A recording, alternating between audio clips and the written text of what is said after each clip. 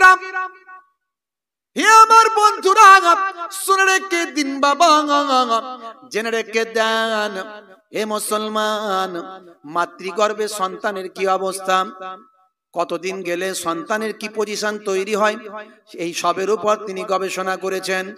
হে জওয়ান যুবকেরা, সন্তান কিভাবে তৈরি হচ্ছে মাতৃগর্ভে, এ সব কিছু নিয়ে তিনি গবেষণা করেছেন। আরে অনেক অনেক কিছু নিয়ে তিনি গবেষণা করেছেন। শুক্রাণু আর ডিম্বাণুর মধ্যে যে বাবা ভাই আমার, এই যে তাদের মধ্যে সংমিশ্রণ, এই সংমিশ্রণের কথা তিনি বর্ণনা করেছেন। সেখানে তিনি বলেছেন ভাই আমার, এই যে অপবিত্র পানি যেটা আমরা বলি, এই অপবিত্র পানিটা নির্দিষ্ট টাইমে মাতৃগর্ভে বাবা সেখানে গিয়ে একটা রক্তের পিণ্ডে পরিণত হচ্ছেন। সেই রক্তের পিণ্ডটা আবার গোস্তের টুকরোতে পরিণত হচ্ছেন, গোস্তের পিণ্ডতে পরিণত হচ্ছেন। সেই গোস্তের পিণ্ড থেকে আবার একটা নির্দিষ্ট সময়ে আমার আল্লাহ তাআলা বলছেন সুম্মা কানা আলাকাতান ফাখালাকা ফাসাওয়াম, অর্থাৎ সেটা একটা রক্তের পিণ্ডটা গোস্তের পিণ্ডতে পরিণত হয়ে গেল, সেটা একটা পিণ্ডতে পরিণত হলো বাবা। সেই পিণ্ড থেকে আমার আল্লাহ একটা সুন্দর মানুষ তৈরি করছেন। লাকাদ খালাকনাল ইনসানা ফি আহসানি তাকবীম, আমি মানুষকে পৃথিবীর মধ্যে সব কিছুর থেকে সর্বাপেক্ষা সুন্দর করে সৃষ্টি করেছি। হে জওয়ান যুবকেরা, হে আমার বন্ধুরা, শুনে রেখে দিন বাবা, জেনে রেখে দেন পঞ্চ ইন্দ্রিয় নাসিকা কর্ণ এই সব কিছু মাতৃগর্ভে তৈরি হলো।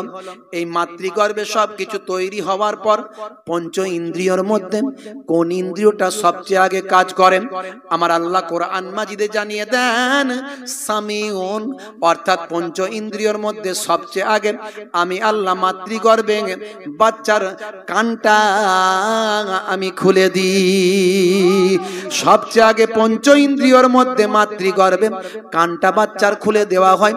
এই জন্য মাতৃগর্ভে যখন সন্তান থাকে, মনে রাখবেন সন্তান যখন একটু বড় হয় সেই সময় দেখবেন আল্লাহর কোরআন যদি ওই মায়ের পাশে চালিয়ে দেওয়া হয়, রাসূলের নাত যদি ওই মায়ের পাশে চালিয়ে দেওয়া হয়, মাঝে মাঝে মায়ের পেটে সন্তান গুঁতো মারে, লাথি মারে।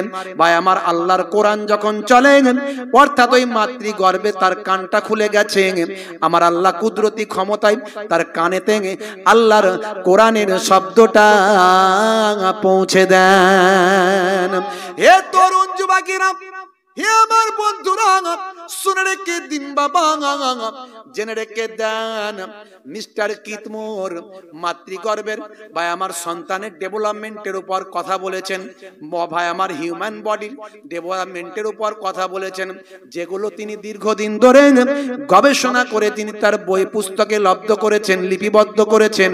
যখন তিনি চলে গেলেন আরবের জামিনে, আরবের জামিনে গিয়ে বৈজ্ঞানিকদের মাঝখানে তিনি তার বিজ্ঞানের ভাই আমার উন্নয়নের কথা, তার ডেভেলপমেন্টের কথা, তার ভাই আমার গবেষণালব্ধ বয়ানের কথা তিনি যখন প্রকাশ করলেন, হে তরুণ যুবকেরা, মুসলিম বিজ্ঞানীরা বলল মিস্টার কিতমোর, আপনি যেটা আজকে আপনার এই গ্রন্থের মধ্যে লিপিবদ্ধ করেছেন, আজকে আপনি গবেষণা করে যেটা এখানে তুলে ধরেছেন, সেটা আমরা 1450 বছর আগে আল্লাহর কোরআনের মধ্যে পেয়েছি। মিস্টার কিতমোর মাথায় হাত দিয়ে বসে বলে, সর্বনাশ, কি বলছেন মশাই? বলে, হ্যাঁ, একটু পড়ে দেখুন।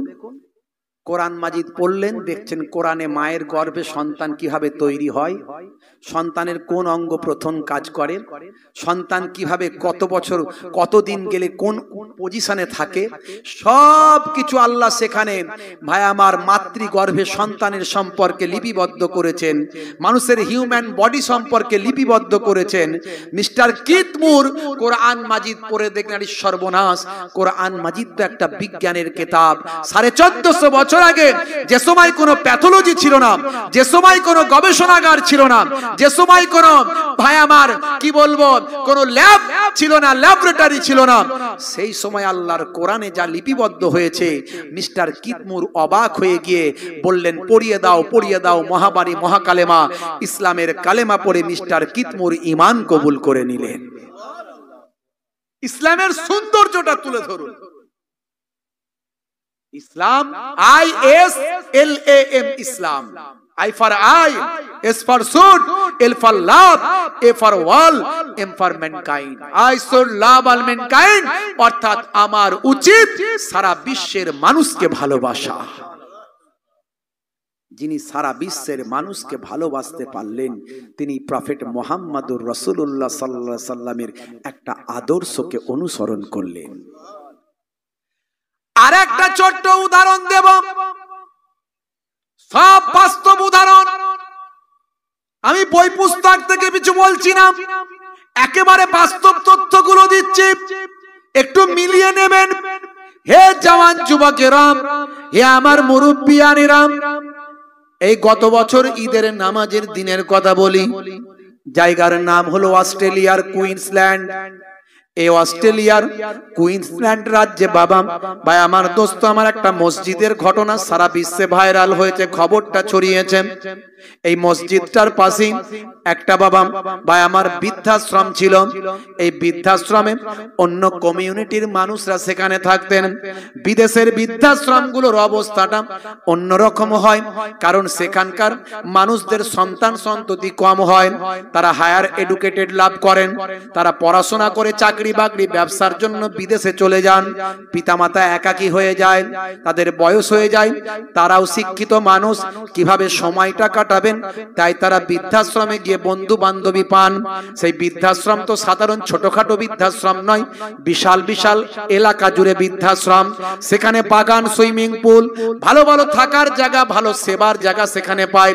সেখানে সুন্দরভাবে আনন্দের মধ্যে জীবন কাটানোর জন্য তারা বৃদ্ধাশ্রমে যায়।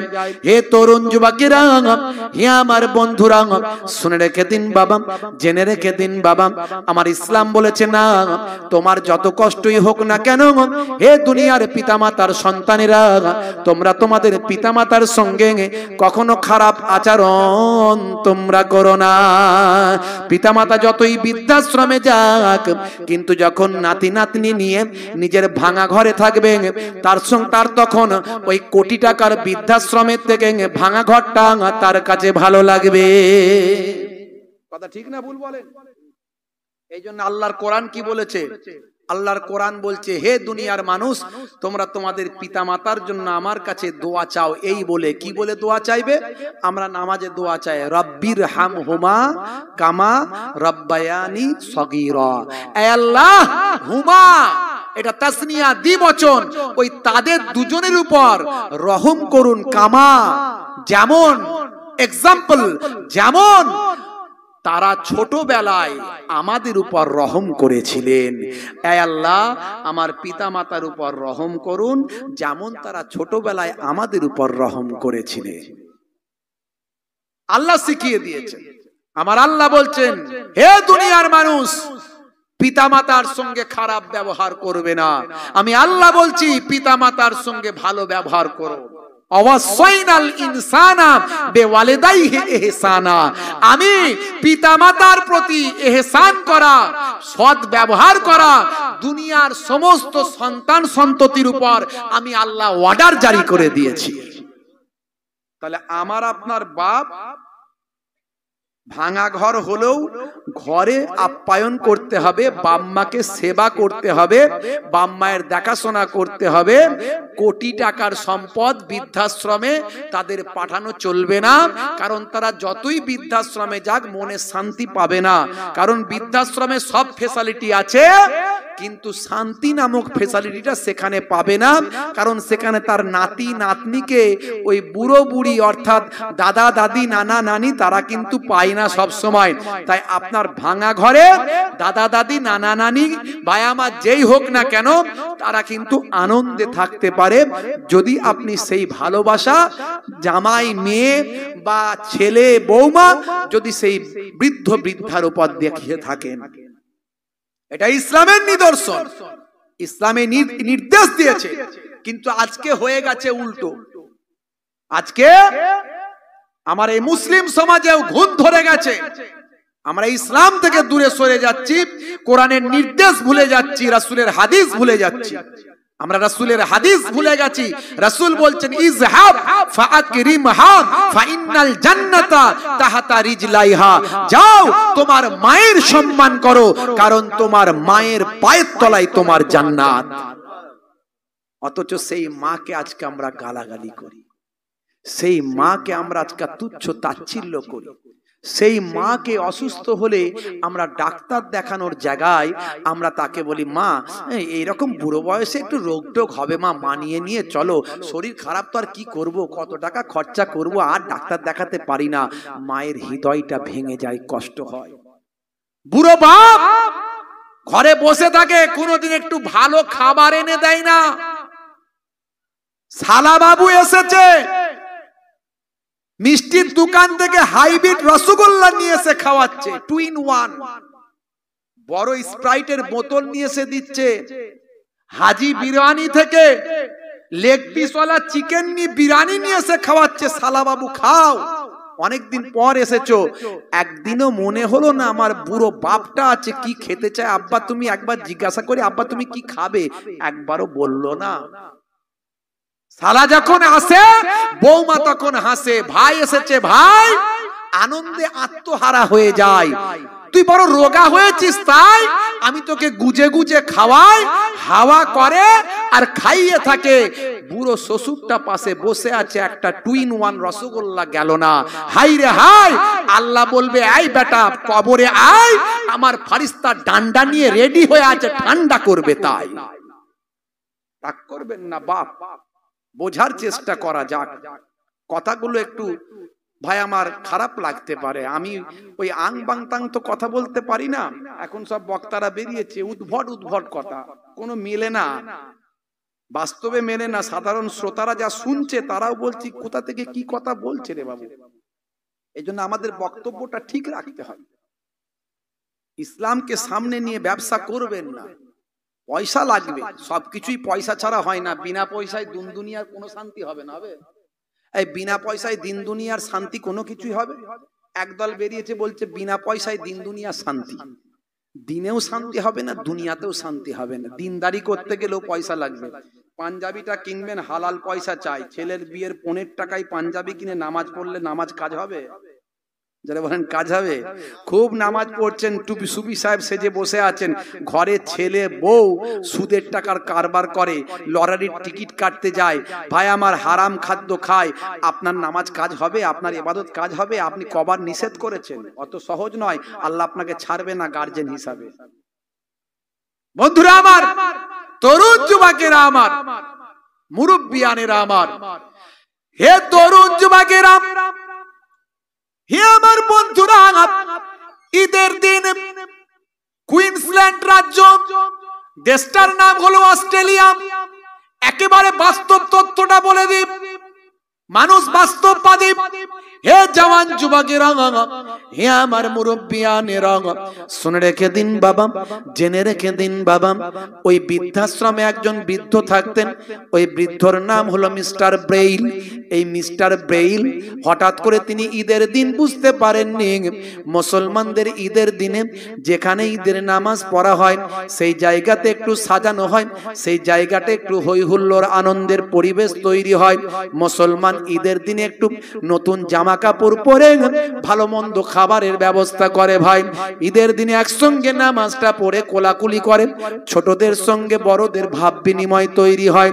হে তরুণ যুবকেরা, ঈদের দিনে স্বাভাবিক একটু হই হুল্লোড় পরিবেশ হয়। বৃদ্ধাশ্রমের পাশেই ছিল বিখ্যাত মসজিদটা।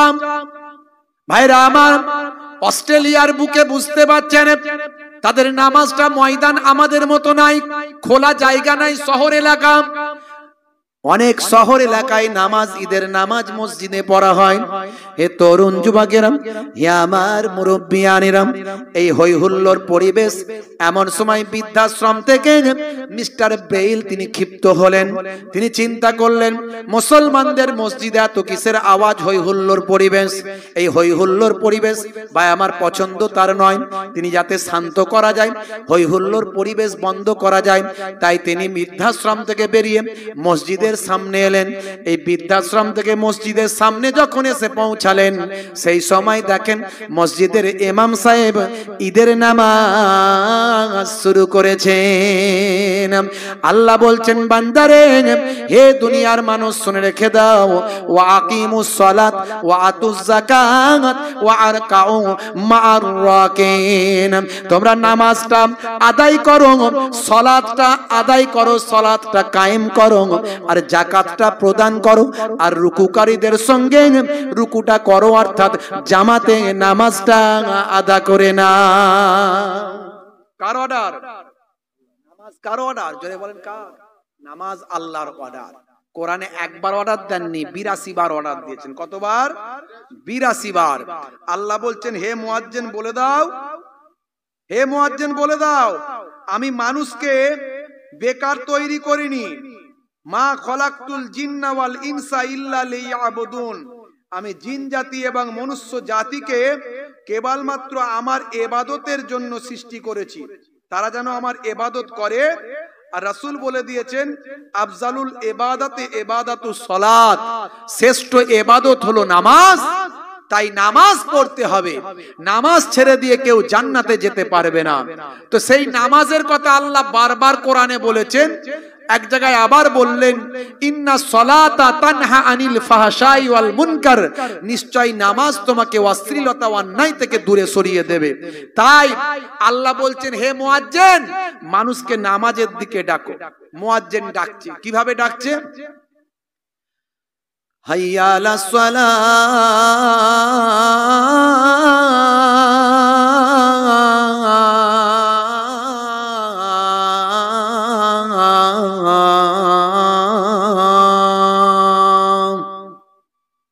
এসো নামাজের দিকে এসো। এসো কিসের দিকে? এসো নামাজের দিকে এসো।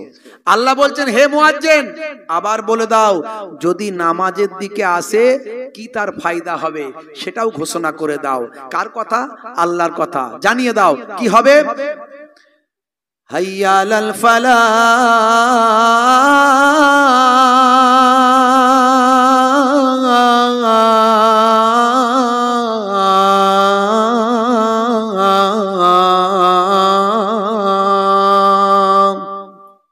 যদি নামাজের দিকে আসে আমি আল্লাহ বলছি তাকে কামিয়াবি দান করে দেব। জোরে হবে না? তাহলে নামাজের দিকে এলে তুমি কামিয়াবি পাবে। হে মুয়াজ্জিন ঘোষণা করে দাও। বন্ধুরা আমার, মুসলমানের ছেলে নামাজের সময় হলে মুয়াজ্জিন যখন আজান দেয় হাইয়া আলাস সালাত, এরা বলে, এই পল্টু তাড়াতাড়ি ফ্রি ফায়ার খেলতে পালা। বলে কেন রে ভাই? বলে মুয়াজ্জিন যদি দেখতে পায় তাহলে বলবে পল্টু নামাজ পড়বি আয়। তাই তাড়াতাড়ি এখান থেকে কেটে পড়ি ভাই। মুসলমানের ছেলে আজান যখন হবে দেখবেন ওরা মসজিদ তলায় আর থাকে না। আর যে কটা ওই মানে হাফ লেজ কাটা থাকলে কুকুর দেখবেন কোন দিক দিয়ে যায়? ঘুরে যায়। আর যদি ফুল লেজ কাটা থাকে কি হবে? সামনে দিয়ে যাবে প্রকাশ্য। তাহলে সে কটাকে একদম বাদের খাতায় রাখতে হবে। বন্ধুরা আমার, তার মানে এদের হায়া শরম নাই। আল হায়াও শুবাতু মিনাল ঈমান, হায়া লজ্জা হলো ঈমানের অঙ্গ। যাদের লজ্জা নাই ও দাঁড়িয়ে দাঁড়িয়ে চালিয়ে দেয়, ওগুলো কে? তার মানে ওরা হচ্ছে দুটো কান কাটা। ও সামনে দিয়ে যাবে, কিছু পরোয়া করবে না, ওগুলো বাদের খাতায়। আর যেগুলো একটু লজ্জা আছে, আজান হলে বলবে নামাজ তো পড়িস না, পালিয়ে চ তাড়াতাড়ি। হে তরুণ যুবকেরা, হে আমার বন্ধুরা, শুনে রেখে দিন বাবা, জেনে রেখে দেন, মুসলমানের ছেলে নামাজের সময় হলে ফ্রি ফায়ার খেলতে পালায়। মুসলমানের ছেলে নামাজের সময় হলে ক্যারাম বোর্ডটা চালায়। মুসলমানের ছেলে নামাজের সময় হলে ভাই আমার মোবাইলটা কানেতে হেডফোনটা লাগায়। মুসলমানের ছেলে নামাজের সময় হলে এদিক ওদিক পালিয়ে যায়। আল্লাহ বলছেন, বান্দারে আমি 82 বার নামাজের কথা বলেছি, তোরা নামাজ থেকে দূরে চলে যাবি না। যদি তোরা নামাজি হয়ে যাস, আমি আল্লাহ বলছি অশ্লীলতা অন্যায় তোদের ধরতে পারবে না। অশ্লীলতা অন্যায় তোদের গ্রাস করতে পারবে না। আর নামাজের মধ্যে তোরা যদি দোয়া চাস, আস্তাইনু বিসসবরি ওয়াস সালাহ, বান্দা তোরা আমার কাছে সাহায্য যদি নামাজের মধ্যে চাস, আমি আল্লাহ তোদের সাহায্য করব, আমি তোদের দোয়াটাকে কবুল করব, জানিয়ে দিলাম। তোরা আমার কাছে সাহায্য প্রার্থনা কর নামাজের মাধ্যমে, ধৈর্যের মাধ্যমে। অপেক্ষা করো, ধৈর্য ধারণ করো। আজকে আমার দোয়া কবুল হয়নি, কাল হবে, কাল হয়নি পরশু হবে। ভাইরা আমার, আপনি সেই জায়গায় পৌঁছে গেলে দেখবেন আপনার দোয়া দোয়াই মুস্তাজিব হয়ে যাবে, দোয়াই মুস্তাজিব হয়ে যাবে। এটা পরীক্ষিত, আমার কাছে প্রমাণ আছে। কিন্তু আপনাকে সেইভাবে চলতে হবে।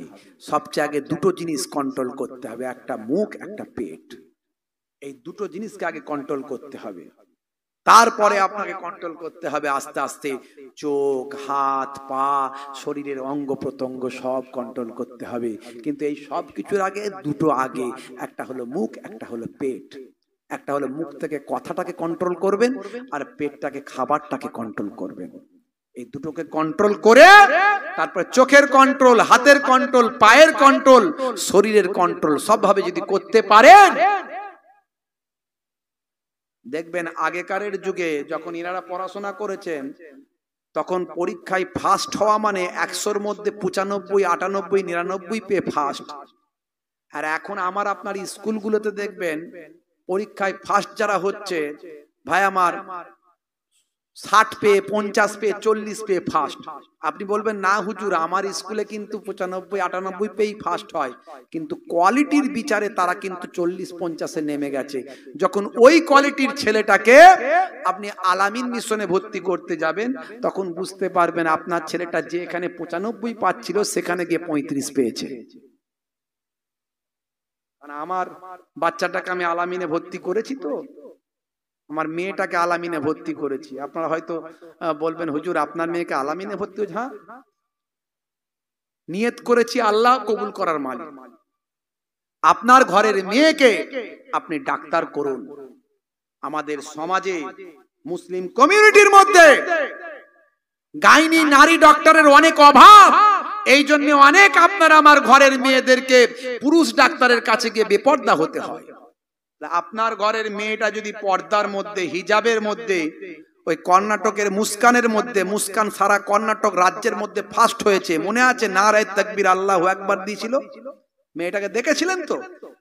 তাকে শত শত ছেলে ঘিরে ধরে ফেলেছিল, তারা স্লোগান দিচ্ছে, তাকে ভয় পাওয়াচ্ছে। তারা ধর্মীয় স্লোগান দিয়েছিল। সেই ধর্মের স্লোগানকে আমরা সম্মান করি, রেসপেক্ট করি। আমরা শ্রী রামজিকে আমরা সম্মান করি, কারণ শ্রী রামজির সঙ্গে লক্ষ লক্ষ কোটি কোটি মানুষ ভাবাবেগ জড়িয়ে আছে, তাদের ভালোবাসা জড়িয়ে আছে। কোটি কোটি মানুষের ভালোবাসাকে আমাকে মান্যতা দিতে হবে, কারণ তাদের আবেগ সেখানে জড়িয়ে আছে। তার সম্পর্কে আমি খারাপ কথা বলতে পারবো না। পুরুষোত্তম রামজি, ভগবান রামজি তাদের মহান মানুষ, দেবতা, আমরা তাকে সম্মান করি, রেসপেক্ট করি। কিন্তু তার নামকে আজকে কলঙ্কিত করা হচ্ছে, তার নাম ব্যবহার করে মানুষ মারা হচ্ছে, তার নাম ব্যবহার করে মানুষকে অপমান করা হচ্ছে, তার নাম ব্যবহার করে ওই রকম মহাপুরুষ পুরুষোত্তম রামজি, যিনি একজন কোটি কোটি মানুষের স্পন্দন, কোটি কোটি মানুষের আবেগ, সেই পুরুষোত্তম রামজির নামকে ব্যবহার করে মানুষকে কষ্ট দেয়া হচ্ছে। যদি তিনি আজকে থাকতেন, তিনি ব্যথা পেতেন, দুঃখ পেতেন, তিনি এদের বিরুদ্ধে প্রতিবাদ করতেন, গর্জে উঠতেন। সেদিন বাঁচার জন্য ওই মুস্কান তখন আল্লাহু আকবার স্লোগান দিয়েছিল, আপনাদের মনে আছে? সেই মুস্কান দেখিয়ে দিয়েছে, দেখো আজকে আমি হিজাব পরে, আমার ধর্মকে সম্মান করে, অন্যের ধর্মকে রেসপেক্ট করে, আজকে আমি হিজাব পরে কর্ণাটক রাজ্যের মধ্যে আমি আমার বোর্ডের পরীক্ষায় হাইয়েস্ট মার্কস ফার্স্ট হয়ে সারা পৃথিবীর মানুষকে বার্তা দিলাম। দেখো আমি মুস্কানের দিকে তাকিয়ে দেখো, আমি সারা পৃথিবীর মানুষকে বলতে চাই, তুমি তোমার ধর্মকে ভালোবেসে, তুমি তোমার ধর্মের উপর থেকে, তুমি হিজাব পরে, তুমি পর্দার মধ্যে, হেফাজতের মধ্যে থেকে অন্য ধর্মকে সম্মান জানিয়ে তুমি এগিয়ে যাও, তোমাকে আমার আল্লাহ গায়েবী মাদাদ দান করবে। বন্ধুরা আমার, তরুণ যুবকেরা আমার, মুরব্বিয়ানেরা আমার, আজকে আপনার ঘরের মহিলাটাকে শিক্ষিতা করতে হবে, শিক্ষা দীক্ষায় উন্নয়নে নিয়ে যেতে হবে, উন্নতিতে নিয়ে যেতে হবে। এই জন্য শিক্ষার কথা আমার রাসূলুল্লাহ দয়ার নবী বলেছেন। কি বলেছেন বিশ্ব নবী? উতলুবুল ইলমা মিনাল মাহদি ইলাল লাহাদ, তোমরা ইলম শিক্ষা করো, জ্ঞান অর্জন করো মায়ের কোল থেকে মৃত্যুর কোল পর্যন্ত। বিশ্বনবী আবার বলেছেন, তালাবুল ইলমি ফারিদাতুন আলা কুল্লি মুসলিমিন ওয়া মুসলিমাত, প্রত্যেকটা মুসলমান নর নারীর জন্য, শুধু পুরুষ নয় নারীদের জন্য ইলম শিক্ষা করা হলো ফরজ। জোরে বলুন সুবহানাল্লাহ। বন্ধুরা আমার, তরুণ যুবকেরা আমার, আপনারা দোয়া রাখবেন। আমার মেয়েটাকেও ভর্তি করেছি ওখানে। তো আমি যে কথাটা বলতে চাইছিলাম, যে কথাটা আপনাদের মাঝখানে আসতে চাইছিলাম, তাহলে শিক্ষার ক্ষেত্রে এগিয়ে যেতে হবে। আপনাকে আমাকে ইসলামের সৌন্দর্য, ইসলামের বিউটি, ইসলামের গুণটাকে মানুষের কাছে পৌঁছে দিতে হবে। হে তরুণ যুবকেরা, মিস্টার ব্রেইল মসজিদের সামনে যখন এলেন, তখন মসজিদে নামাজ চলছিল। ইমাম সাহেব তখন ঈদের নামাজ পড়াচ্ছিলেন। সুতরাং মিস্টার বেইল যখন এলেন, তখন তিনি দেখতে পেলেন মসজিদে পিনলেস, কোনো আওয়াজ নাই, সাইলেন্স জোন, কোনো শব্দ নাই, কোনো হুল্লোড় নাই। আমি বৃদ্ধাশ্রম থেকে এত আওয়াজ পাচ্ছিলাম, তারা আনন্দে ছিল, তারা হই হই পরিবেশের মধ্যে ছিল। কিন্তু এখন যখন মসজিদের সামনে এলাম, তখন দেখলাম মসজিদের মধ্যে কোনো আমার শব্দ নাই, একেবারে পিনলেস জোন, একেবারে সাইলেন্স এরিয়া, কোনো শব্দ নাই, কোনো শব্দের আওয়াজের কোনো পরিবেশ নাই। শুধু ইমাম সাহেব নামাজ পড়াচ্ছেন, মুসল্লিরা নামাজ পড়ছেন। কি সুন্দর একটা মনোরম পরিবেশ, কি সুন্দর একটা সুন্দর শান্ত পরিবেশ তৈরি হয়েছে। মিস্টার ব্রেইল বলেন, আমি টানা 50 মিনিট ধরে মুসলমানদের ঈদের নামাজ আমি লক্ষ্য করলাম। হে তরুণ যুবকেরা, হে আমার বন্ধুরা, নামাজটা হলো এত সুন্দর একটা জিনিস।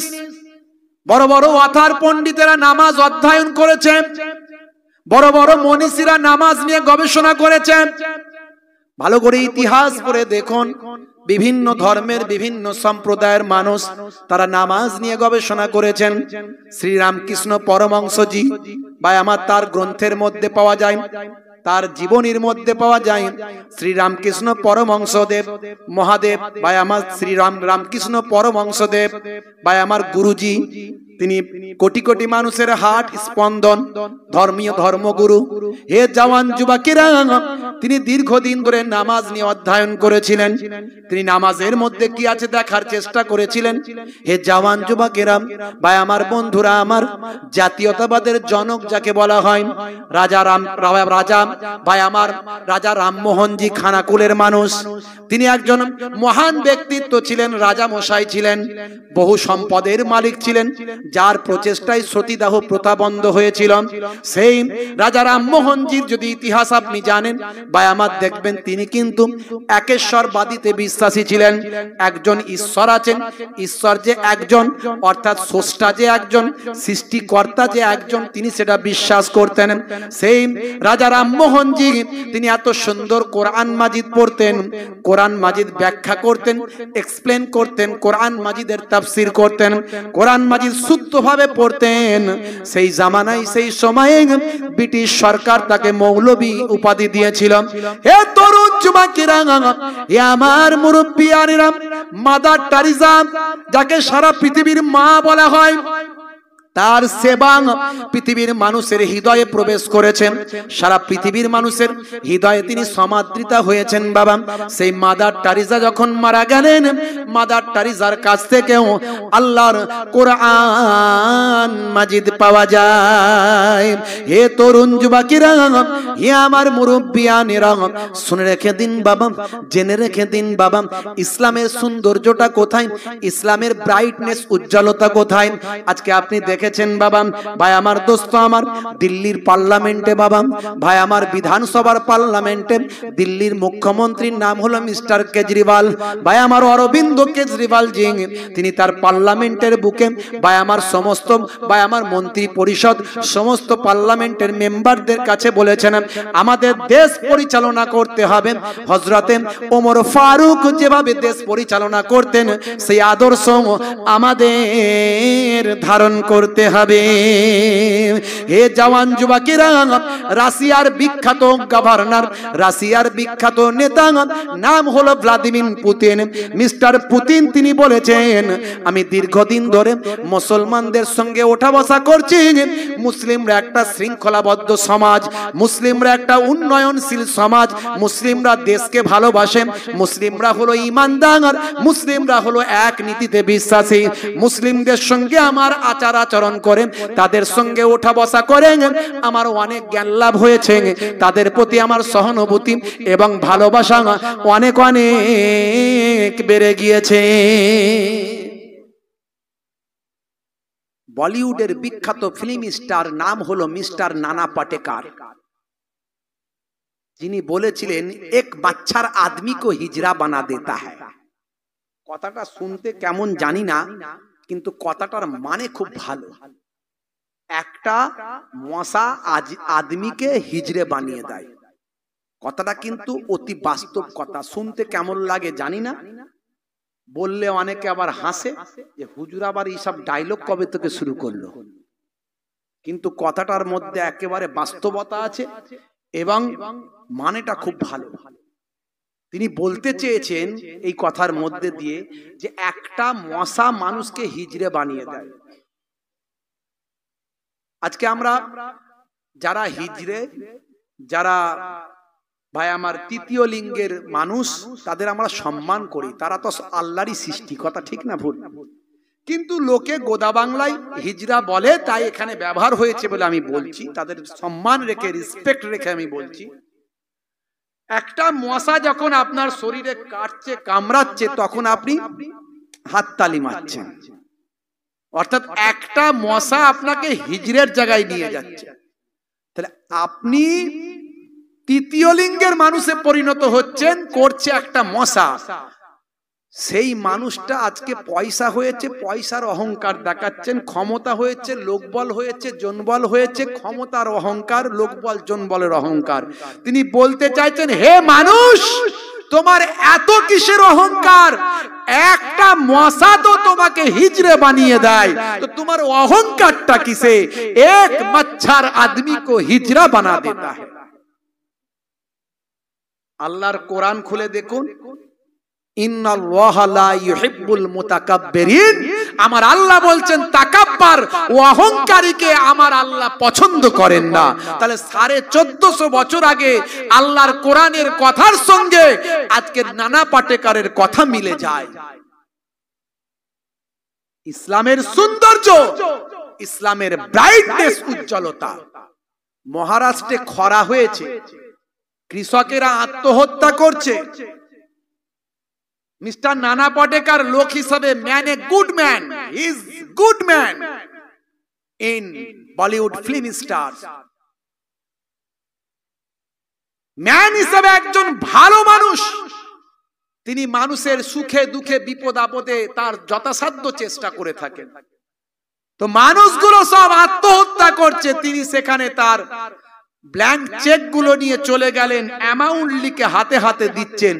যতজনকে দিচ্ছেন একজন সলিমউদ্দিন, কলিমউদ্দিন, আব্দুল জব্বার, আব্দুল সত্তারের নাম পাওয়া যাচ্ছে না।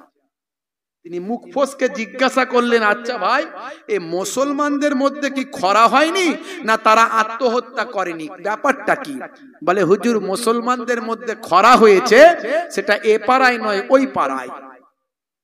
স্যার, সেটা এ পাড়ায় নয় ওই পাড়ায়। গাড়ি ঘুরিয়েও ও পাড়ায় গেলেন, মুসলিম পাড়াতে গিয়ে বললেন আমাকে তো তোমরা চেনো, আজকে তোমাদের বিপদে পাশে দাঁড়ানোর জন্য এসেছি। যারা বিপদগ্রস্ত মানুষ তারা লাইন দিয়ে দাঁড়াও, আমি আমার সাধ্য মতো কিছু চেক তোমাদের হাতে তুলে দেব, তোমরা সেগুলো নেবে। আচ্ছা ভাই, আমি খবর নিয়ে দেখলাম বহু মানুষ আত্মহত্যা করেছে। তো তোমাদের মুসলিমদের মধ্যে কতজন আত্মহত্যা করেছে? বলছে কেউ করেনি। বলছে কেউ আত্মহত্যা করেনি। বলে কেন, ব্যাপারটা কি? হে তরুণ যুবকেরা, এমন সময় শিক্ষিত কয়েকজন মুসলিম যুবক এগিয়ে এসে বলে, স্যার আমরা হলাম ইসলাম ধর্মের মানুষ, আমরা সবচেয়ে আগে আল্লাহর কোরআনের মান্যতা দিই, তারপরে রাসূলের হাদিসের মান্যতা দিই। আমরা আল্লাহর কোরআন মেনে চলি, রাসূলের হাদিস মেনে চলি, আল্লাহর নির্দেশগুলো ফলো করি, রাসূলের হাদিসগুলো ফলো করি। তাই আমাদের কাছে যেটা আল্লাহ নির্দেশ দিয়েছেন সেটা মানি, যেটাকে আমাদের কাছে আল্লাহ এবং রাসূল নিষেধ করেছেন সেটা থেকে দূরে থাকার চেষ্টা করি। আল্লাহর কোরআন এবং রাসূলের হাদিসের মধ্যে বলা হয়েছে আত্মহত্যা মহাপাপ, আত্মহত্যা করলে জাহান্নামে যেতে হবে, আত্মহত্যা করলে তার জন্য চির জাহান্নামের শাস্তি ভোগ করতে হবে, অর্থাৎ তাকে কঠিন আযাবের মধ্যে মৃত্যুর পরে ভোগ করতে হবে। যে কোনো অবস্থায় পড়ো না কেন বান্দা, তুমি কখনো আত্মহত্যা তুমি করবে না, বিকল্প পথ অবলম্বন করবে, কিন্তু আত্মহত্যার পথ কখনো তুমি বেছে নেবে না। হে জওয়ান যুবকেরা, হে আমার বন্ধুরা, মিস্টার নানা পাটেকর মুসলিম যুবকদের, শিক্ষিত যুবকদের কাছ থেকে কোরআন আর হাদিসের বাণীটা শুনে তিনি অভিভূত হয়ে গেলেন, চোখের কোণায় পানিটা ছলছল করছেন। সেই সময় তিনি বললেন, হে মুসলমানেরা, শুনে রেখে দাও, জেনে রেখে দাও, তোমাদের এই কথাকে আমি স্যালুট জানাই, আর তোমাদের কোরআনের বাণী হাদিসের বাণী আমার হৃদয়টা ছুঁয়ে যায়। জোরে হবে না? ইসলামের ব্রাইটনেস, উজ্জ্বলতা, সৌন্দর্য আমি জানি না, আপনি জানি না, আপনি জানেন না, মানুষের কাছে বলতেও পারি না, পৌঁছাতেও পারি না। এমন বক্তব্য দিচ্ছি যে বক্তব্যের দ্বারাই ইসলামকে কলঙ্কিত করা হচ্ছে। হাই রে হাই, ছি ছি ছি ছি ছি। 1450 বছর আগে রাসূল কি শেখালেন আর আমরা কি শিখলাম? মিস্টার বেইল 50 মিনিট ধরে ঈদের নামাজটা দেখছে, কি সুন্দর। এতক্ষণ কোলাহলের আওয়াজ পেয়ে আমি বেরিয়ে এসেছি, তাদের আওয়াজ ভলিউম লো করতে বলবো, আওয়াজ স্টপ করতে বলবো, চিৎকার বন্ধ করতে বলবো। এখন এসে দেখেছি তাদের থেকে শান্ত পরিবেশ আর কোথাও হতে পারে না। একজন নামাজ পড়াচ্ছে, সারা মসজিদটা পিনলেস এরিয়া, কোনো পিন পড়ারও আওয়াজ নাই, এত স্তব্ধ পরিবেশ।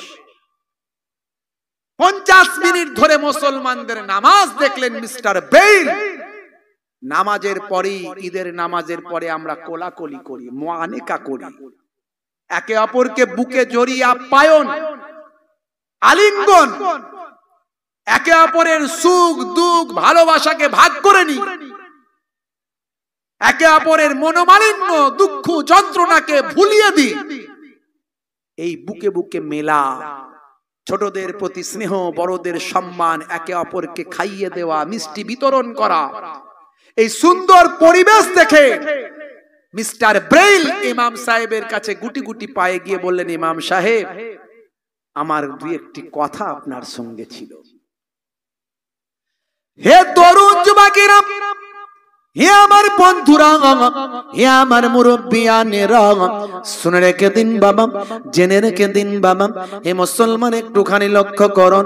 এমন সময় ইমাম সাহেবকে গিয়ে বলেন, প্লিজ আমার কথাটা একটু শুনুন, প্লিজ অ্যাটেনশন, প্লিজ আমার দিকে একটু অ্যাটেনশন দিন। হে ইমাম সাহেব, আজকে আপনার ঈদের দিনে আপনাকে আমি হয়তো আপনার কাজেতে বিঘ্ন ঘটাতে এসেছি, তো কিছু মনে করবেন না, প্লিজ মার্সি, আমাকে ক্ষমা করবেন, আমাকে মার্সি করবেন। হে তরুণ যুবকেরা, ইমাম সাহেবকে অতি করুণার স্বরে বললেন, আমি কিন্তু একজন বৃদ্ধাশ্রমে থাকা, আমি অন্য কমিউনিটির একজন মানুষ, আমার নাম হলো ব্রেইল। চিৎকার আওয়াজ শুনে আমি বন্ধ করার জন্য এসেছিলাম, কিন্তু এত ভালো করে কোনোদিন আপনাদের নামাজ আমি দেখি না, এত ভালো করে আপনাদের পরিবেশটা আমি লক্ষ্য করি না, মসজিদের ভিতরে কি হয় এত ভালো করে আমি গভীরভাবে দেখি না। আজকে আমি 50 মিনিট ধরে আমি ব্রেইল সবকিছু লক্ষ্য করলাম, অভিভূত হয়ে গেলাম, আনন্দিত হয়ে গেলাম, মুগ্ধ হয়ে গেলাম। আমাদের দেশে ধর্ম নিয়ে বাড়াবাড়ি নাই, অনেক মানুষ তো নাস্তিক আছেন, কোন ধর্মই মানে না, যে যে ইচ্ছা ধর্ম পালন করেন, ধর্মটা তার পার্সোনাল ম্যাটার, এটা তার ব্যক্তি স্বাধীনতা, সে কিভাবে জীবন যাপন করবে সে সেটাই পারবে। আমাদের দেশে কাজ নিয়ে ব্যাপার, ধর্মটাকে কোনো মুখ্য উদ্দেশ্য করা হয়নি, ওটা গৌণ ব্যাপার, ধর্মটা নিজের হৃদয়ের ব্যাপার। ধর্ম নিয়ে কোনো বিভাজন, কোনো রাজনীতি, কোনো ঝামেলা, কোনো মারপিট কখনো হয় না। তাই আমার দেশে ধর্ম নিয়ে কোনো বাড়াবাড়ি নাই, কিন্তু আমি আপনার ধর্মের প্রতি অ্যাট্রাকশন হয়েছি, আপনার ধর্মের প্রতি আমার অ্যাটেনশন বেড়ে গেছে, আপনার ধর্ম সম্পর্কে আমি জানতে চাই, একটু বুঝতে চাই। আচ্ছা, এটা যে হলো নামাজ, এই নামাজের মধ্যে কি আছে দেখতে চাই। আপনার নামাজ পড়ার আগে প্রাথমিক অবস্থায় কি করতে হয় বুঝতে চাই। আপনার ঈমান যেটা বলেন, এই ঈমানটা কি জিনিস একটু বুঝতে চাই।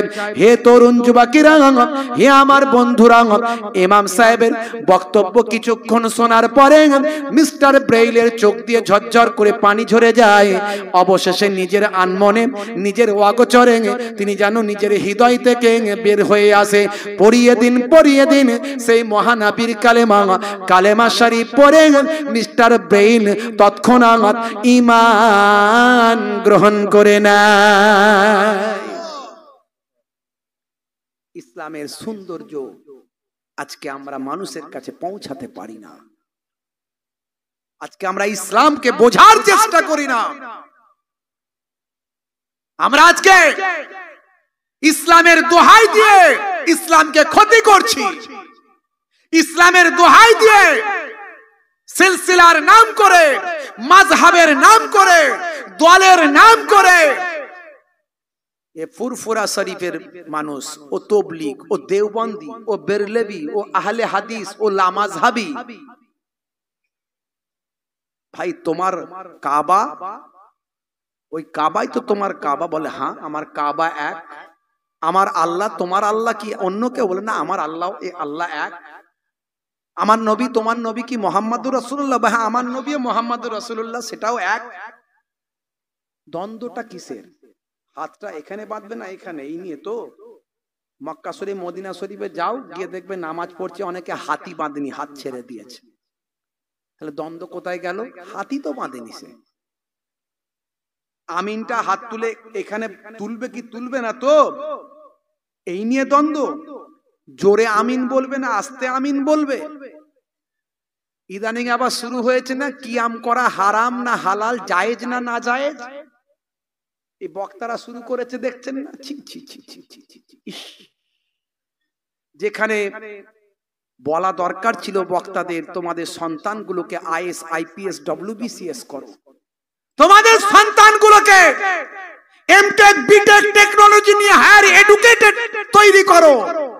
হে মুসলিম সমাজের ঘরের সন্তানেরা, তোমরা আজকে নাসায় গিয়ে তোমরা সেখানে ওয়ার্ক করো। আমাদের আগে ইসরোতে যাও, ইসরোতে গিয়ে সেখানে আমার দেশের কাজেতে লাগো, আমার দেশের শক্তিকে বৃদ্ধি করো, দুশ্মনদের কাছ থেকে আমার দেশকে রক্ষা করার জন্য এগিয়ে এসো। দেশপ্রেম হলো ঈমানের অঙ্গ, তুমি তোমার কাজের দ্বারাই বুঝিয়ে দাও। কেউ মানুক আর নাই মানুক, এপিজে আব্দুল কালামকে ইতিহাস মনে রাখবে। মিসাইল ম্যান তাকে বলা হয় ভারতের ইতিহাসে। ভাই আমার, এই যুদ্ধ অস্ত্রের উপর গবেষণা করে তিনি যে ইতিহাস তৈরি করেছেন, আজ থেকে 100 বছর পরেও এপিজে আব্দুল কালাম একজন মুসলমান ঘরের সন্তান, তার বাপ ছিলেন একজন ইমাম সাহেব, এটা অস্বীকার করার কারো জায়গা নাই। ইমাম সাহেব তার বাপকে, ছেলেকে বিজ্ঞানী বানিয়েছে। তাই তো ভারতবর্ষ আজকে গর্ব করে বলে আমাদের মিসাইল ম্যান আছে। কিন্তু তার বাপটাকে দেখো, তার বাপটা কে ছিল? একটা মসজিদের ইমাম সাহেব ছিল। ছোট্টবেলায় এপিজে আব্দুল কালাম গরিবী জীবন যাপন করেছেন, অসহায় জীবন যাপন। ভোরবেলা ফজরের নামাজের পরেই বাপ নামাজ পড়তে নিয়ে যেতেন, নামাজটা পড়ে নিয়ে পেপার বিক্রি করতে বেরোতেন, খবরের কাগজ বিক্রি করতেন, হকারি করতেন, আর স্কুলে গিয়ে পড়াশোনা করতেন। অদম্য জেদ আর ইচ্ছা, মেধা শক্তিকে কাজে লাগিয়ে আল্লাহর উপর ভরসা রেখে বাপের দোয়াতে সারা পৃথিবীর মধ্যে কয়েকজন বিজ্ঞানীর মধ্যে 1 নাম্বার একজন বিজ্ঞানী হয়ে গেলেন, ভারতবর্ষের উজ্জ্বল নক্ষত্রে পরিণত হলেন। অনেকে বলে তিনি নাকি নাস্তিক ছিলেন, তিনি নাকি কোরআন পড়েননি, তিনি নাকি হাই এই করেছে। বাজে কথা, সব বাজে কথা। বড় মানুষ হলে বড় মানুষের বিরুদ্ধে অনেক বাজে বাজে কথা ছড়ায় কিছু মানুষ, মিডিয়াও কিছু প্রচার করে। এপিজে আব্দুল কালাম যে নামাজ পড়তেন, তার টুপি মাথায় দেওয়া ছবি ভাইরাল আছে। তিনি নামাজে গেছেন, ঈদের দিনে ঈদগাহে নামাজ পড়ছেন, ঈদের নামাজে ভাইদের সঙ্গে মোয়ানেকা করছেন, বুকে বুকে মিলছেন, তার ছবি আছে। অথচ তার সম্পর্কে অনেক বাজে বাজে কথা বলা হয়েছে। হ্যাঁ, তিনি আমার আপনার মতো হয়তো দাঁড়িয়েওয়ালা মানুষ ছিলেন না, কিন্তু তিনি সমাজের জন্য অনেক কাজ করে গেছেন, তিনি দেশের জন্য কাজ করে গেছেন। বন্ধুরা আমার, তরুণ যুবকেরা আমার, মুরব্বিয়ানেরা আমার, আশফাকুল্লাহর নাম ইতিহাস থেকে মুছে দেওয়া যাবে না। শের আলীর নাম ইতিহাস থেকে অস্বীকার করা যাবে না। বড়লাট ভাই আমার, বড়লাটকে হত্যা করতে চেয়েছিলেন ক্ষুদিরামের বসু, হত্যা করতে পারেননি, অদম্য চেষ্টা ছিল। এই ছোট্ট বয়সের বাচ্চা ছেলেটি আমার দেশের মহান বিপ্লবী, ছোট্ট বয়সে ধরা পড়ে গিয়ে ক্ষুদিরামের ফাঁসি হলো। বয়স তখন তার 20 বছরও পার হয়নি। এই রকম একটা কিশোর বয়সে তার দেশপ্রেমকে আজকে ভারতবর্ষের মানুষ স্যালুট করে। সেই সময়কার মহান বিপ্লবী ছিলেন শের আলী, যাকে ভাই আমার কিছু ভাই আমার সাম্প্রদায়িক ঐতিহাসিক ইতিহাসবিদ যারা কমিউনালিজমের শিকার হয়ে তাদের রন্ধে রন্ধে সাম্প্রদায়িকতা ঢুকে গেছে, শের আলীকে তারা ভালো করে ইতিহাসের পাতায় নামটা লেখেনি। কিন্তু ইন্টারন্যাশনাল ইতিহাস অস্বীকার করার কোনো জায়গা নাই। শের আলী যখন দেখলেন আমার সহযোদ্ধা ক্ষুদিরাম বড়লাটকে হত্যা করতে গিয়ে ধরা পড়ে তার ফাঁসি হলো, আমি যতক্ষণ না বড়লাটকে হত্যা করতে পারি স্বস্তির নিঃশ্বাস আমি ফেলবো না। সেই বড়লাটকে যিনি হত্যা করেছিলেন তিনি হলেন এই মুসলমানের ঘরের সন্তান, নাম হলো তার শের আলী। ইতিহাস অস্বীকার করতে পারে না। তার ফাঁসি হয়েছিল, শের আলীকে ফাঁসি দিয়ে দেওয়া হয়েছিল। বন্ধুরা আমার, তরুণ যুবকেরা আমার, মুরব্বিয়ানেরা আমার, আপনাকে প্রমাণ করতে হবে ইসলামের সৌন্দর্য। দেশ প্রেম ইসলামের অঙ্গ, ইমানের অঙ্গ। হুব্বুল ওয়াতানে মিনাল ঈমান, দেশ প্রেম হলো ইমানের অঙ্গ। এই দেশ প্রেম কারো কাছ থেকে আমাদের শিখতে হয় না, মুসলমানদের দেশ প্রেম আমাদের নবী শিখিয়ে দিয়েছে।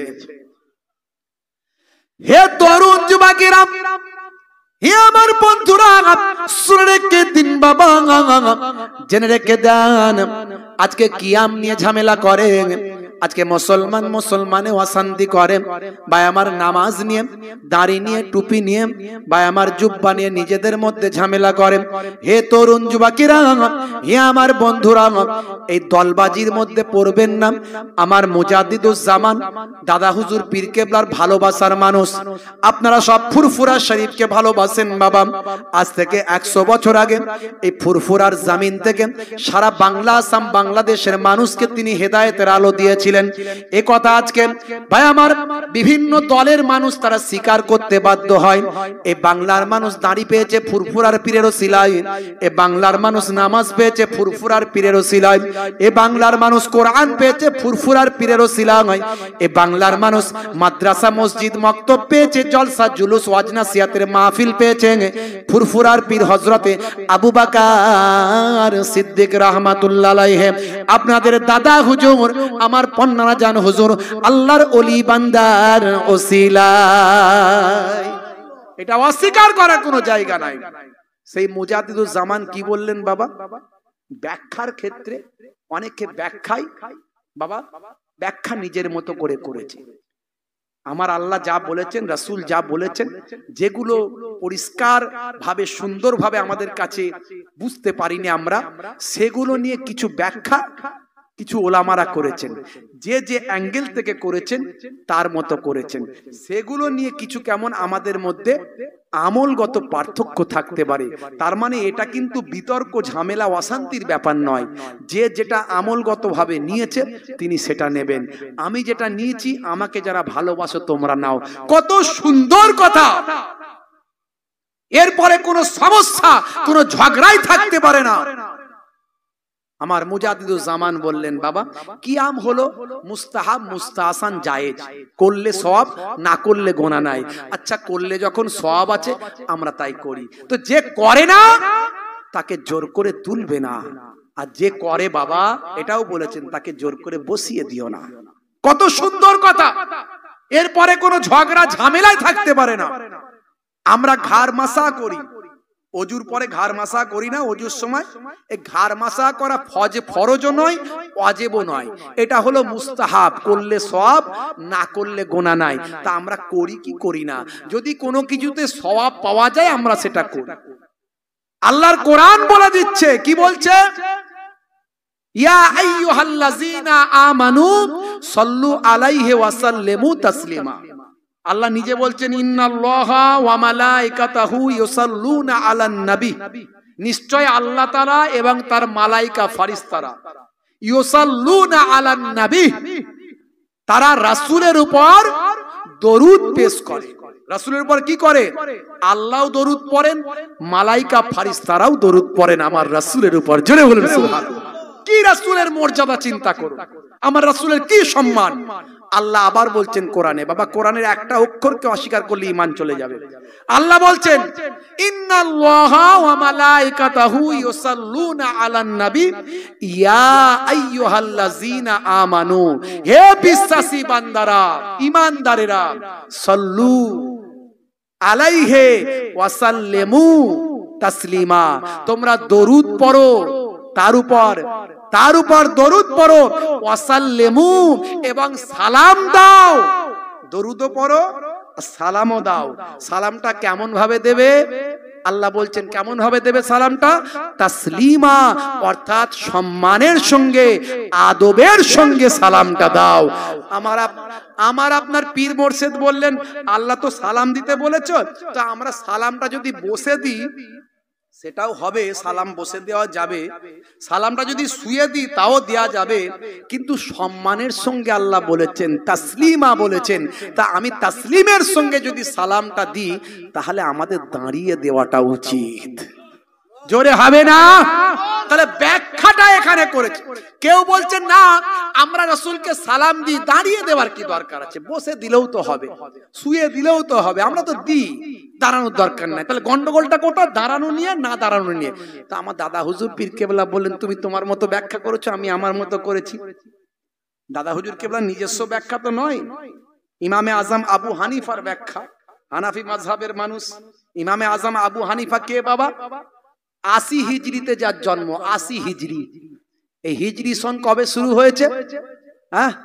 622 খ্রিস্টাব্দ থেকে শুরু হয়েছে, যখন আল্লাহর নবী মক্কা ছেড়ে মদিনায় গিয়েছিলেন। তার থেকে হিজরি সন শুরু হয়েছে। আল্লাহর নবী ইন্তেকাল করছেন 8ম হিজরিতে, মক্কা জয়। তারপরে ভাই আমার, তরুণ যুবকেরা আমার, 10ম হিজরি। এই আল্লাহর নবীর ইন্তেকালের কিছু কম বেশি 70 বছর পরে তার জন্ম হচ্ছে। তিনি সাহাবাদের দেখেছেন। সাহাবারা কারা? যারা আল্লাহর নবীকে দেখেছে। তাহলে সেই মানুষটাকে আমরা অনুসরণ করে আমরা হানাফি মাযহাবের মানুষ। আর এক বেরিয়েছে, এক কি বলে, ওই যে আগে রাজমিস্ত্রির কাজ করতো, হ্যাঁ, মোবাইল রিপেয়ারিং এর কাজ করতো, সব বেরিয়েছে না, দেখছেন না বাবা? এখন শায়েখ হয়েছে সব বড় বড়, দেখলি বোঝা যায়। তার আজগুবি এমন এমন কথা বলছে যে কোরআন হাদিস বোঝার জন্য মাদ্রাসায় যাওয়া লাগবে না। আমি বলি, যদি মাদ্রাসায় যাওয়া না লাগে, ফেসবুক থেকেই যদি কোরআন মাজিদ হাদিস সব বুঝে নেওয়া যায়, তাহলে আলিয়া মাদ্রাসাকে রাখার কি দরকার আছে? ভেঙে দাও। তাহলে চলে যাও নাদওয়াতুল উলামা, উত্তরপ্রদেশের বিখ্যাত মাদ্রাসা নাদওয়াতুল উলামাকে ভেঙে দাও। দেওবান, দারুল উলুম দেওবান বিখ্যাত মাদ্রাসা ভারতবর্ষের, ভেঙে দাও। জামিয়া আজহার মিশর কায়রো, ভেঙে দাও। সব তো ফেসবুক থেকে শিখে নেবে। আমার ঘরের শিক্ষিত ছেলেরা ওই শায়েখের ভক্ত হয়েছে, যেমন শায়েখ তেমন তার ভক্ত। আমি নাম কারো বলতে চাইছি না, নাম বলা পছন্দ করি না, কারণ এগুলো আমি সাপোর্ট করি না। এই সব নাম টাম বলে মানুষের মাঝখানে বিভ্রান্ত করছে এক শ্রেণীর মানুষ, আর এক শ্রেণীর মানুষ মজা পাচ্ছে। অথচ আলটিমেটলি দেখা গেল তিনিও নামাজের কথা বলছে, আমিও নামাজের কথা বলছি, তিনিও আল্লাহর কথা বলছে, আমিও বলছি, অথচ আমরা একে অপরের বিরুদ্ধে মাইকে বলছি। এটা মানুষের কাছে ভুল বার্তা যাচ্ছে, মানুষ ভালো চোখে দেখছে না। এগুলো করবেন না। মাজার ভেঙে দেবো বলছে না, ওরা যদি ক্ষমতা পেত নবীর মাজারটাও ভেঙে দিত, রাসূলের মাজার ভেঙে দিত। ওরা বলে নাকি শুধু ভারতবর্ষে মাজার আছে, আর কোথাও নাই। আসলে ওরা তো কুয়ার মাছ, কুয়ার ব্যাঙ, ওরা খবর জানে না। যাও ইরাকে চলে যাও, ইরানে চলে যাও, সিরিয়ায় চলে যাও, লেবাননে চলে যাও, তুরস্কে চলে যাও, বহু নবীদের পয়গম্বরদের মাজার রওজা করা আছে। জিয়ারতের জন্য তারা সেখানে ঘিরে রেখেছেন, জিয়ারতের জন্য ছাদ দিয়েছেন। এটা জরুরতের জন্য, যারা বুজুর্গ মানুষ তাদেরকে মানুষ দেখে হেদায়েত পাবে, ইসলামের উপকার হবে। মাসালার কেতাবে মাসালা এসেছে, বড় বড় মুফতিরা ফতোয়া দিয়েছে, তাদের জন্য, আম পাবলিকের জন্য মাজার করা চলবে না। কবর উঁচু করা পাকা করা যাবে না। আর যারা হাক্কানি ভাই আমার, ওলি আউলিয়া পীর মাশায়েখ ফুরফুরা শরীফে যান, দেখবেন মাজার মানে কি আপনার ঘিরে রাখা হয়েছে যাতে করে মানুষ গিয়ে জিয়ারত করতে পারে, দোয়া দরুদ পড়তে পারে, সেখানে গিয়ে তেলাওয়াত করতে পারে, আল্লাহর দরবারে দোয়া মাগফিরাত করতে পারে। আর জুরু কবুরা ফাইন্না তুযাক্কিরুল মাউতা, তোমরা আল্লাহর মুমিন মুমিনাদের কবরগুলো জিয়ারত করো, তোমাদের মরণের কথা স্মরণে আসবে। এই জন্য তারা যাতে কবরগুলো জিয়ারত করতে পারে, তার জন্য ছাদের ব্যবস্থা করা হয়েছে, ঘেরার ব্যবস্থা করা হয়েছে। এগুলো এক্সেপশন, সাধারণ মানুষের জন্য নয়। সেখানে যারা শিরক করে, যেগুলো যারা যে জায়গায় শিরক হয় সেগুলো অন্যায়। শিরকের বিরুদ্ধে কথা বলো, আমরাও বলি। আমার দাদা হুজুর কেবলার থেকে শিরকের বিরুদ্ধে তো কেউ বেশি বলেনি, কথা ঠিক না ভুল? তিনি ডাইরেক্ট গিয়ে বিভিন্ন মাজারে গিয়ে ওলিয়া উলিয়াদের দরবারে গিয়ে শিরক বেদাত গুলো বন্ধ করেছিলেন। এই ইতিহাস থেকে প্রমাণ পাওয়া যায়। আর এক শ্রেণীর মানুষ এখন বড় বড় কথা বলছে, যারা বাংলার মানুষদের হেদায়েত কার ওসিলায় পেয়েছে, তারা সেটা অস্বীকার করছে, মানে না।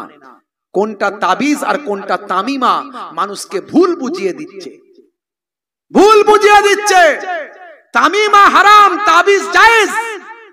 যদি কোরআন হাদিসের দ্বারাই, কোরআন থেকে দোয়া, হাদিস থেকে দোয়া নিয়ে রাসূলের সুন্নত অনুযায়ী আপনি যদি ফু দেন, আপনি যাকে মুখস্থ করতে দিচ্ছেন, মুখস্থ করতে না পারলে তার যদি লিখে তার হাতে গলায় দিয়ে দেন, এই হাদিস থেকে প্রমাণ, সাহাবায়ে কেরামরা পর্যন্ত আল্লাহর কোরআন লিখে মানুষের গলায়, বাচ্চাদের গলায় টাঙিয়ে দিয়েছেন, এই হাদিসে আছে।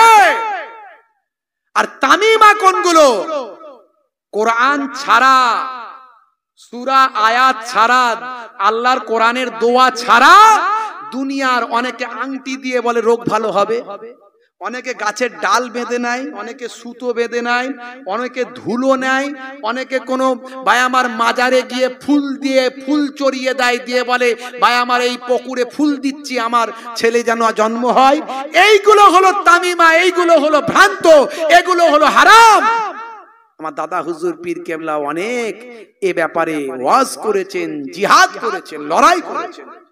আর আজকে দুপাতার মৌলবী কিছু বোঝে না, দাদা হুজুর পীর কেবলাকে নিয়ে স্টাডি করে না, ফুরফুরা শরীফকে এমন ভাবে বর্ণনা করে যেন ফুরফুরা শরীফে কত শিরক হচ্ছে, কত বেদাত হচ্ছে, কত সেখানে ছেলে মেয়েরা হই হুল্লোড় করছে, কত যেন একেবারে অশ্লীল পরিবেশ এমন ভাবে প্রচার করছে। ভাই আমার ওই কি বলবো সব, ভাই আমার আগে কখনো রাজমিস্ত্রি ছিল, এখন বক্তা হয়ে গেছে, আর এই মোবাইলের ফেসবুকের এখন কিছু শ্রোতা পেয়েছে।